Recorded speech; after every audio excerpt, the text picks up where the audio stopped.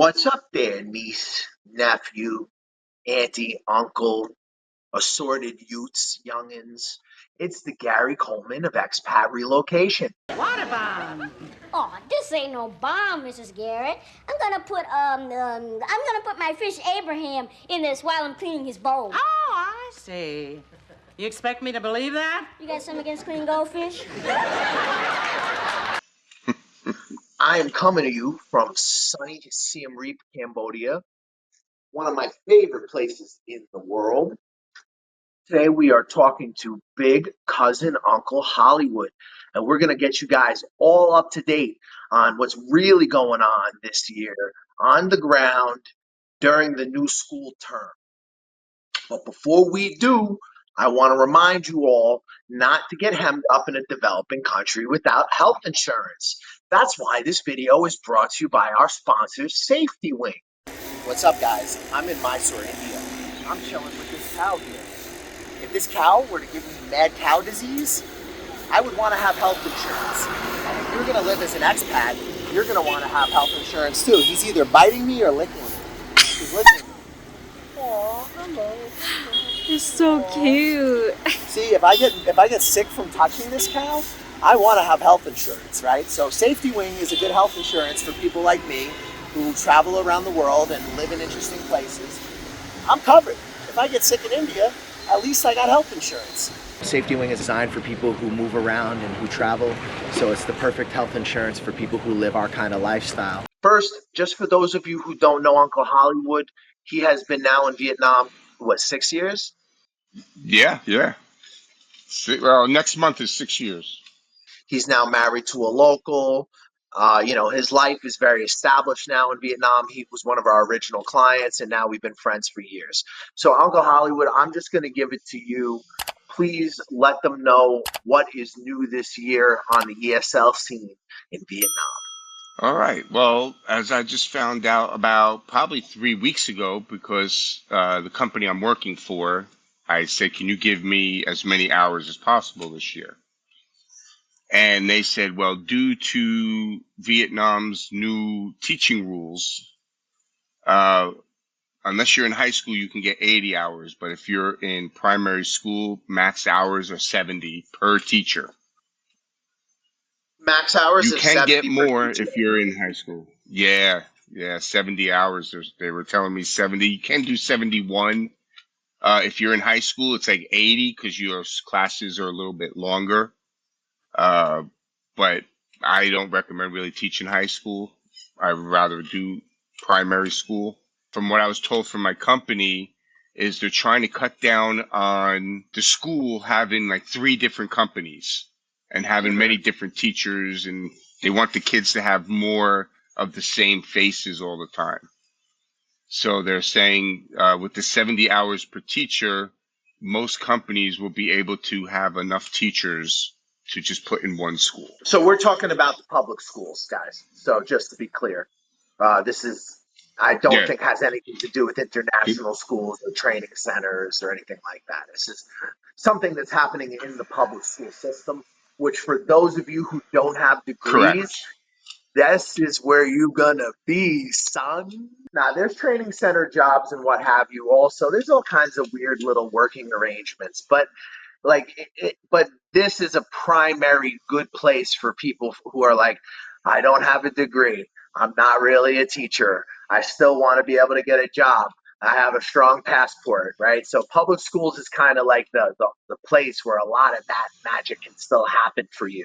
Now, if you're working outside of the public schools, you should be able to still fill up a schedule, whether you're doing some public schools during the day, some training centers at night. Can you go more into what they're doing and how it's being broken down? Like, because the schedule is going to look a little different, right? If the hours are less.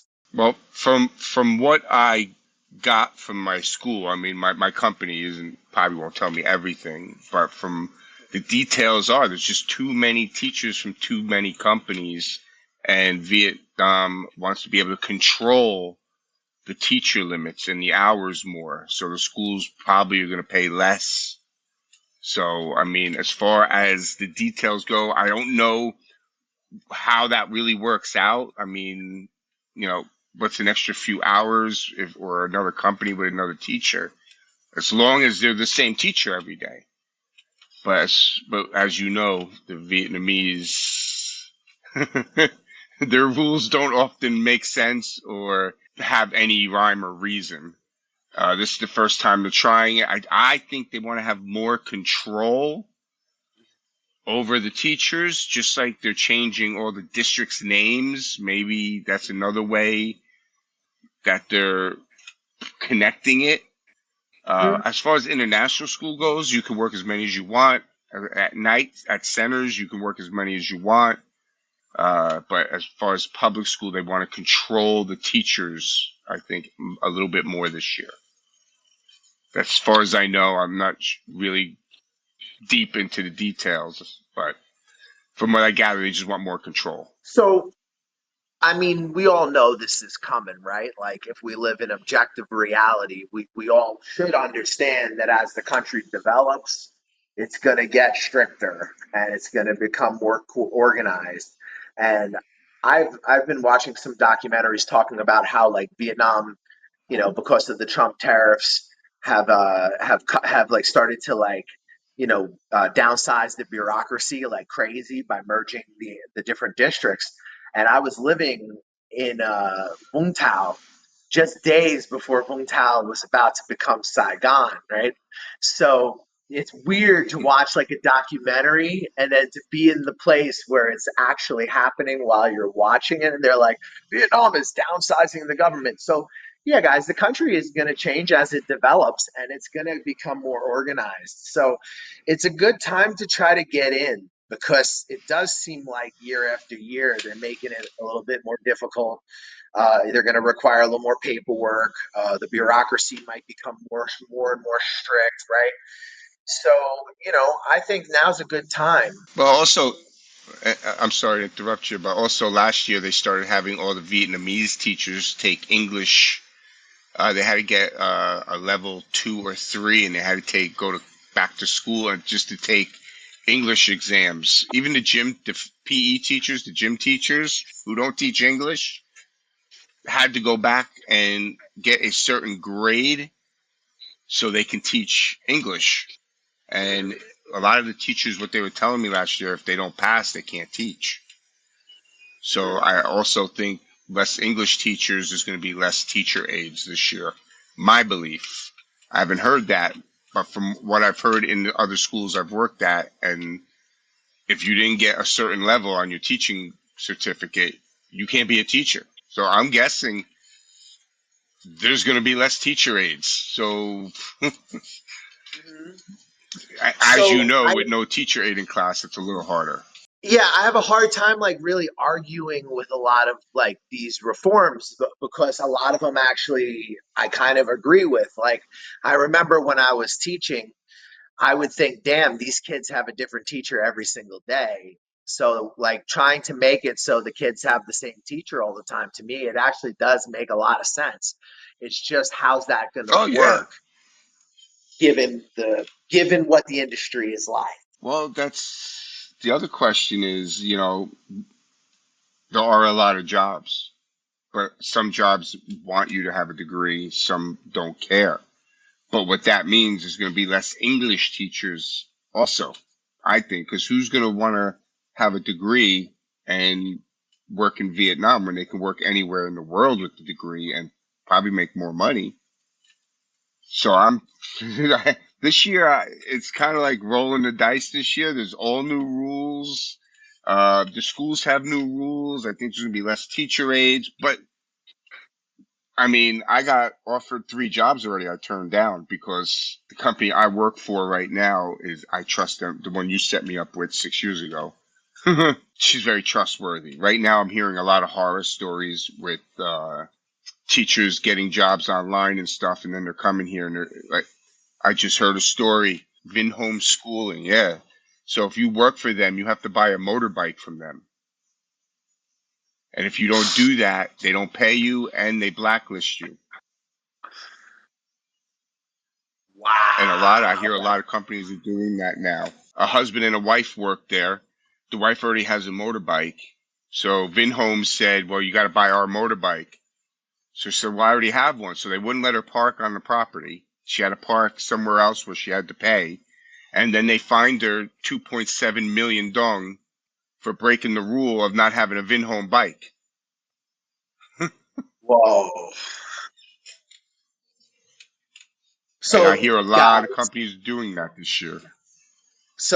bear in mind, this is anecdotal. So this is not us factually stating that Vinhome Schools does anything, because we are just hearing these things as rumors.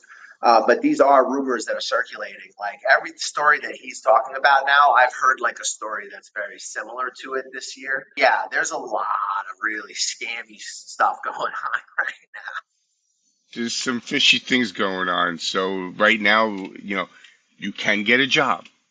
now. There's a lot of jobs. You might not get it in the place you want it, but you can definitely get it. But then they're playing games. Companies are playing games with you. So you have to be weary on who you're dealing with. That's why people like you, who everybody is vetted and scouted and pretty much friends with you, and clients that have gone through, like I went through 6 years ago. I'm still working for the same company. That's like unheard of, to work for the same company for, I had other companies, but pretty much the 6 years I've been here, I've worked for them for 4. So when people work with So me, what I usually do is I give them people I know really well, but I also give them everybody. I also give them this massive network of recruiters. But so they don't get taken advantage of, I tell them you don't agree to anything until we discuss it. Like, I'm here to coach you and help you, and I'm here to help you figure out if the contract seems like it's legit, if it seems like they're nice people, like what they're saying makes sense or doesn't make sense, and like how you should approach talking to the Vietnamese business negotiations. So we make sure that you have the tools that you can take yourself and later find yourself jobs and be independent, and you're good to go. So, having worked with us, not only do we help you find a job, but we help you figure out how this works so that you can continue to find jobs in the future. yeah, I mean, as far as working in Vietnam, like I said, many jobs, many schools. I live in Tan Binh, which is now Tan Not Sun Bin And district. I'm right near the airport. So they named the airport district the name of the airport. oh, Tan Son Nhat. Yeah, So bro. Tan Son Nhat. Tan Not Sun something is the new name of my district. I just think with them, yeah, I don't. I just that took me so long to remember all the districts. Now after they're all renamed, forget it now. I'm I'm, just calling them the bro, same. I'm tripping because I'm living in Vung Tau, and they're like, "Hey, do you know tomorrow Vung Tau's gonna be Saigon?" And I was like, "I can't escape." I've been trying to escape Saigon for so long, and I always end up back in Saigon. It's where the money's at. It's where your That's funny, connections are. man. It's where you feel comfortable, man. I see the difference when you're here and when you're in other places. You feel a little bit I more at like home in Saigon, Ho I Chi like Minh City. Cambodia though. I like Cambodia a lot, but just not for teaching guys. Like Vietnam, really, I Yeah. know there's a lot of people who look at Thailand, they look at Vietnam, but given everything that's going on right now, if I was going to choose between Thailand and Vietnam, I would still choose Vietnam. If I was going to choose between Cambodia and Vietnam, I would still choose Vietnam if teaching is the priority. If teaching is your priority, Vietnam. Right. If you're going to hang out and make money online, there's all kinds of cool places.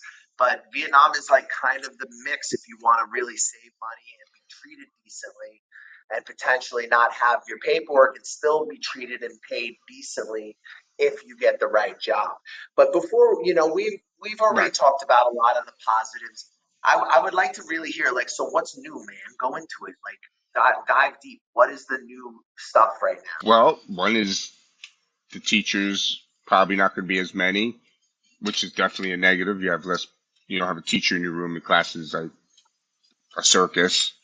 The Scary? government is definitely, because now instead of having 1,000 government officials, now you have 100.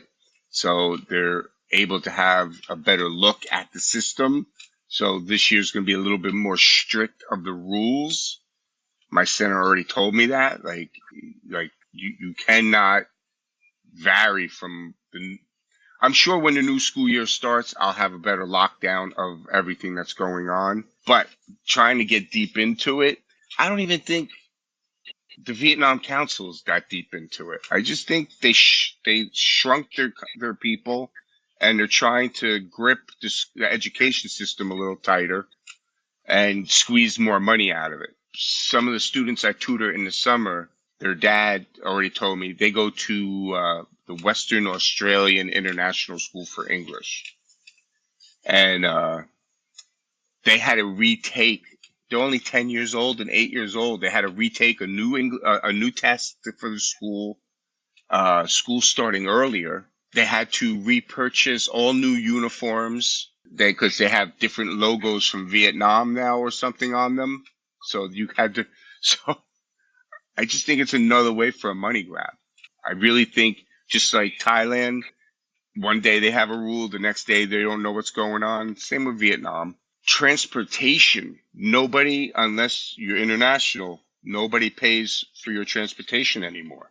Unless you're 10 kilometers or further, which most people are not 10 kilometers or further. The centers, I've been told from the last center I worked for, from a bunch of teachers I still talk to, also they cut their pay and now they cut their hours. I don't know if you know the school I'm talking about, the one I Yeah, worked I with do. last year, that kind of, but I was told and they're from, all their teachers are from South Africa. Then I've heard from other teachers from that work on the outskirts that you need more documentation or it'll be harder to get work on the outskirts because there's less schools and everything, so it's easier to check.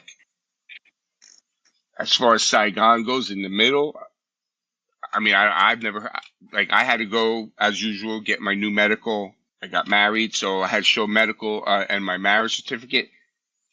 Normally, that would be it. They changed it this year. The company told me now you need your wife's identification cards notarized and stamped and copied, sent to the government. So I think they're just getting a little bit more paperwork done with everything, which is more money, which is probably why they're not paying for transportation anymore to save that. You have 30 teachers you're paying transportation for, but now you got to pay extra fees for these teachers. Here's the other one. When I first got here, the only thing you really had to pay for with your company, they would split it with you, is your work permit. Now there's a registration of 10 million. What's 10 million? 400 for them to register you to be a teacher at their center. That is new. That's a new one. I haven't heard about that. I even said that to her.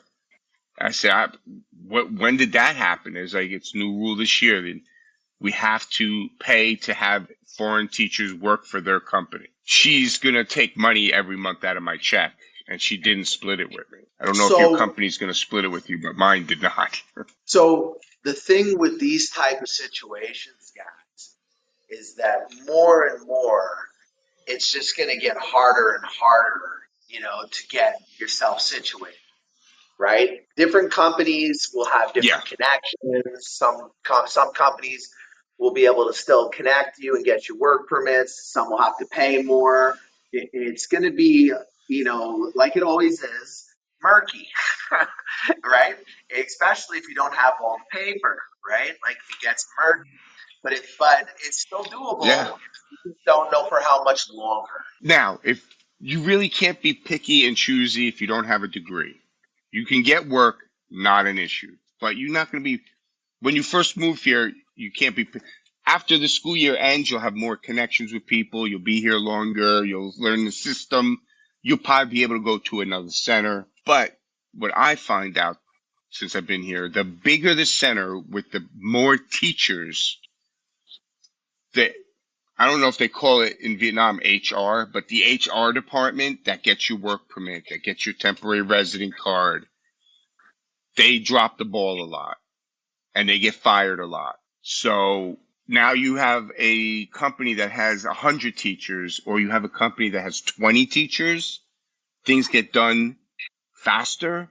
And they're more on their word of, yeah, I'm doing this. They're not stalling you. Like I had a guy in one company, yeah, I'm in the middle of it. And then he got fired or let go or he quit because, they don't pay a lot here. And then another guy came in and he's like, let me check out what's going. And by the time 4 or 5 months came around, not one person helped me with my work permit or anything. So once again, you can't be choosy in the beginning, but when you're here a little longer, I always try to find smaller companies now.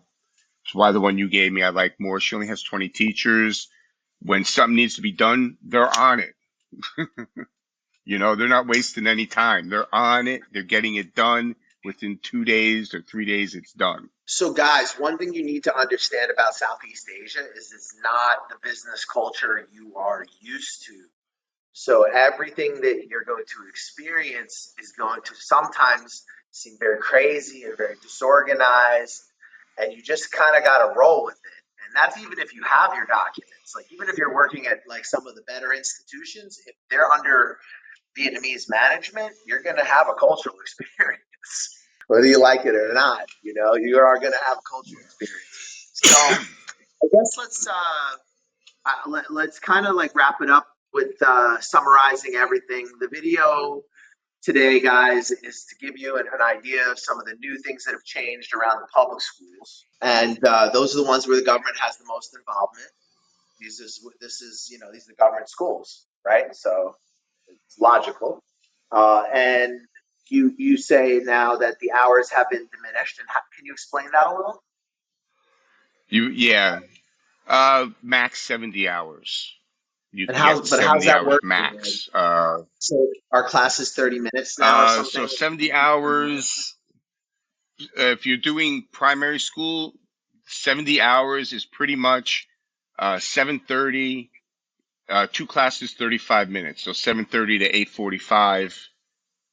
Then you get like a 15-minute break and then two more classes. Then it's lunch, come back at 1:30. You're done by 3:30, 4 o'clock. If you're in high school, you're done at 5. So that's where the extra hour comes in.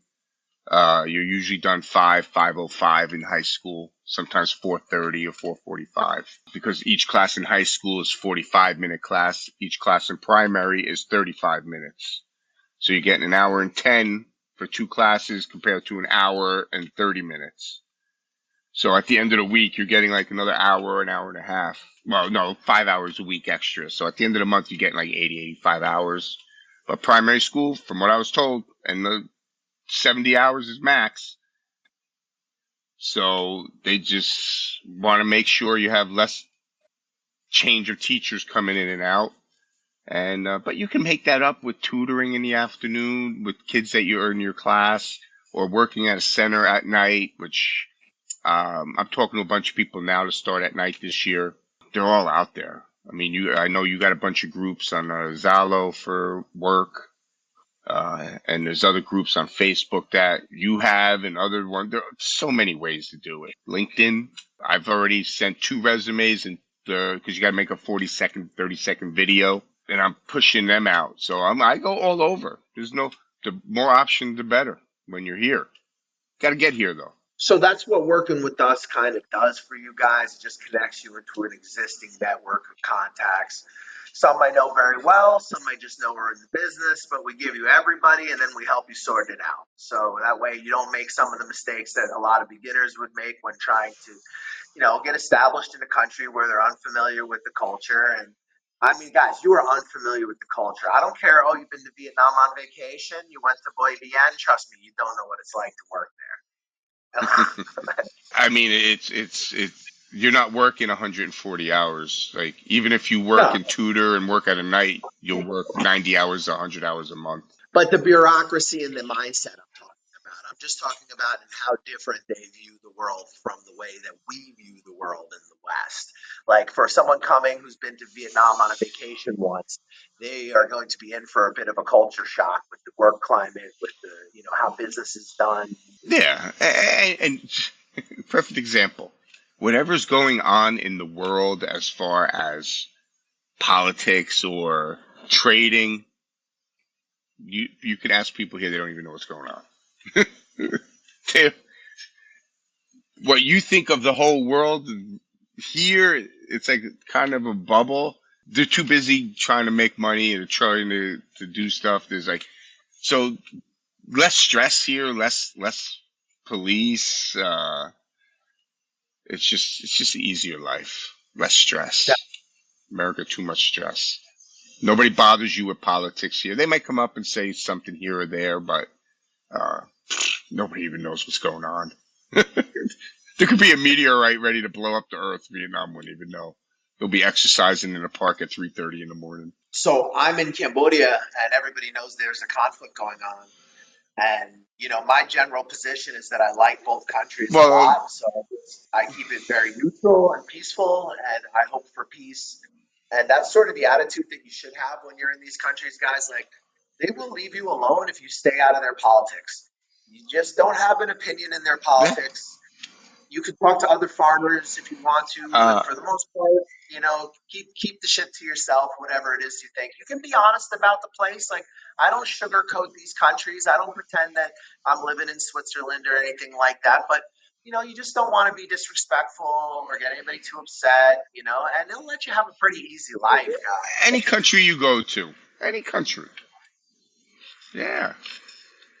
I mean, Just be I cool. barely Be a work in good the summer. guest. Yeah, yeah. Be polite.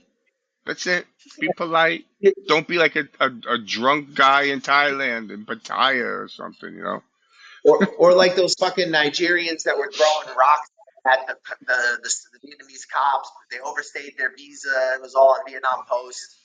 And there's just like some Yeah, of these yeah. people, and they act like assholes in these fucking countries, and then they wonder why they have a hard time getting a Yeah, visa. It's crazy. but if you go and see like there's videos out there like when you I mean I've been to Rome twice and it's pretty bad Hmm. with like scammers, but the Nigerian and African scammers, they are violent. They spit on you like if you like you're at the Coliseum, you're filming it and they yell at you, "Don't film, don't put your video down." And then you say, what the hell are you Yeah, I've talking seen about? a I'm lot of videoing the these guys. Coliseum. I'm a tour. And they throw rocks and dead birds at you and mud in Rome. They do it in Paris. That's why Paris is horrible. Uh, No, they they're really. ruining everything. Like, as a Europe tourist, you can't go and video? Europe is fucking stupid, bro. They have destroyed their society. Like, it's like I like the European lifestyle, so like maybe I'll settle down in a non-European, I'm sorry, non-EU European country. But the EU terrifies me, man.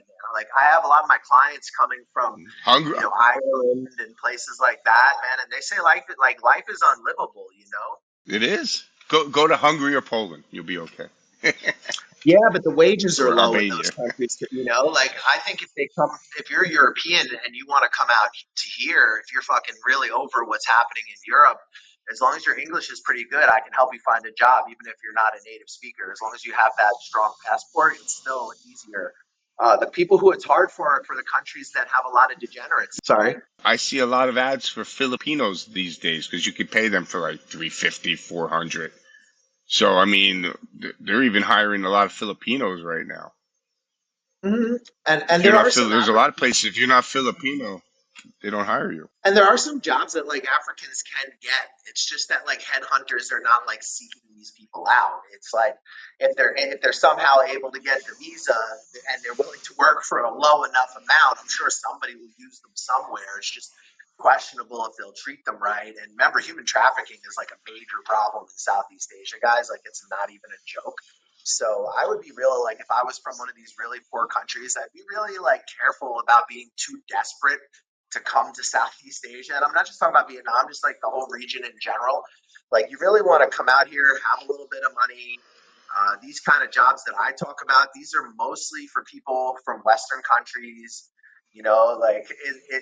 People who are like, in like hard situations like in the Philippines, like, you can come out here and you can get jobs, but you need to be very careful. And if you're highly qualified, you can go direct to like bigger institutions. Like, for your situation, that is probably the best way to go.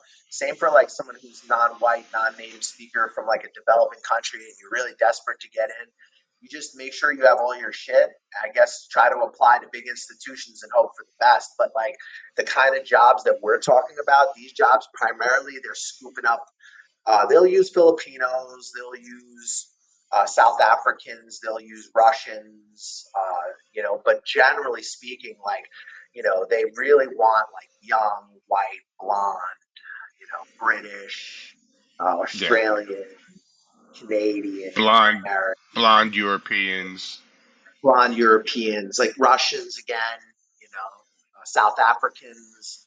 So tend to be popular because they think they Right. can pay them less and they can push them around a little bit because they know that going back to South Africa would be fucked for them in many cases. So they won't. Listen, it's the sharks out here. So that's why working with us helps a bit because we can help you swim with the sharks and understand how they move. If you guys enjoyed this content, I want to thank you for watching. So you can show Big Uncle a little bit of appreciation by like, subscribe, share, check out the merch in the description. Big Uncle reminds you to keep your mouth, hygienic. And I'm over here with the Big Uncle himself, Uncle Hollywood. He has a Don't YouTube forget to channel. subscribe to Hollywood's Journey. Trying to get to 1,000. Not like you, 12,000, but I just want 1,000. I go live. Let's help Uncle Hollywood get to 1,000. He's giving you the inside real deal on what it's like to be an ESL teacher in the public school system. Nothing but truthful. I have other things on there, but whatever I feel interesting or informative, I put it on there. Yeah, check out his channel. And to be honest, guys, I want to remind you that I could interview Uncle Hollywood and he could be having one set of experiences with a company and a different person could be having a completely different set of experiences with a different company, right? So it's important to remember that it's not one size fits all out here. Like maybe a rule happens, but then how that gets implemented depends on like who the company knows, how much teachers they have, like what kind of institution is it? So it's a little bit of the Wild West. Now, if you do have degrees, guys, please get at me also because I can help you find decent jobs. Like if you have the right credentials, we can find you really good jobs to where we can pit recruiters to try to bid over you and get you the best offers. And of course, we help you negotiate. So if that sounds helpful, reach out to your big uncle on any of the social media in the description of the video. Remember to brush your teeth, stay in school, do not be a communist degenerate. If your life sucks, come out here and change your life. Listen to me. I started as a teacher. Or I if your started life's a small boring, company. Yeah, bro. Like you got options, I mean, I don't regret 1 second of it, Well worth it, the experience, the relaxation, stress-free environments. Well, I wasn't a degenerate. I just wanted to change his life. Change it up. I've been all over the world. The world's so big. I want to thank the big uncle. I want to remind you guys to subscribe to Uncle Hollywood's channel. Thank you for watching. Subscribe and share. If you enjoyed the content, smash the like button. Reach us on any of the social media. We do hourly coaching as well as hourly consulting. We can help you figure out your life. We also have full relocation packages. You get access to our network as well as our unlimited advice. So thank you for watching. I hope this video was helpful. Again, totally anecdotal. This is Uncle's experience. Brush your face and wash your teeth, son. Reborn abroad helped me retire in Vietnam. Reborn abroad got me a job in Vietnam. Reborn abroad got me a job in Vietnam. Years later, we're still friends, so hit us up. Reborn abroad, they're legit. They got me a job. I'm pretty happy. Reborn abroad got me a job in Vietnam. Reborn abroad got me a job. Brush your teeth. Hey, what's up? I'm D from Canada. Hook up with the New York Nomad if you want a smooth ride into Vietnam or any Southeast Asian countries. Hey, my name is Aaron. Get in contact with the New York Nomads. If you want to get into Vietnam, hit them up. They'll get you in securely and professionally. Yo, this is Uncle Hollywood. I'm telling you right now, the New York Nomad got me a job. He's legit. Hit him up. Check him out. New York Nomad set me up in Vietnam. Yo, my man got me a job. Come to Vietnam. Hey, what's up, guys? You thinking about coming to Vietnam? you're not sure where to start, you've heard a lot of things online, you don't know what's true, you don't know what's not, we offer a consulting service where we help you get on your feet in Vietnam. We give you advice on negotiating contracts with employers. We help you with real estate agents, visa agents that are reliable and that you can trust. We help you get started in this amazing country and get on your feet. We help you get into different opportunities that might be more difficult for you if you were just landing in the country on your own. And we help you avoid a lot of the pitfalls and problems that you could have as a newcomer here. We provide you with reliable job recruiters, visa agents, real estate agents, and advice. If you guys are thinking about coming to Vietnam, hit us up for a consultation. We'll help you get started, help you get on your feet, and hopefully you'll love Vietnam as much as we do.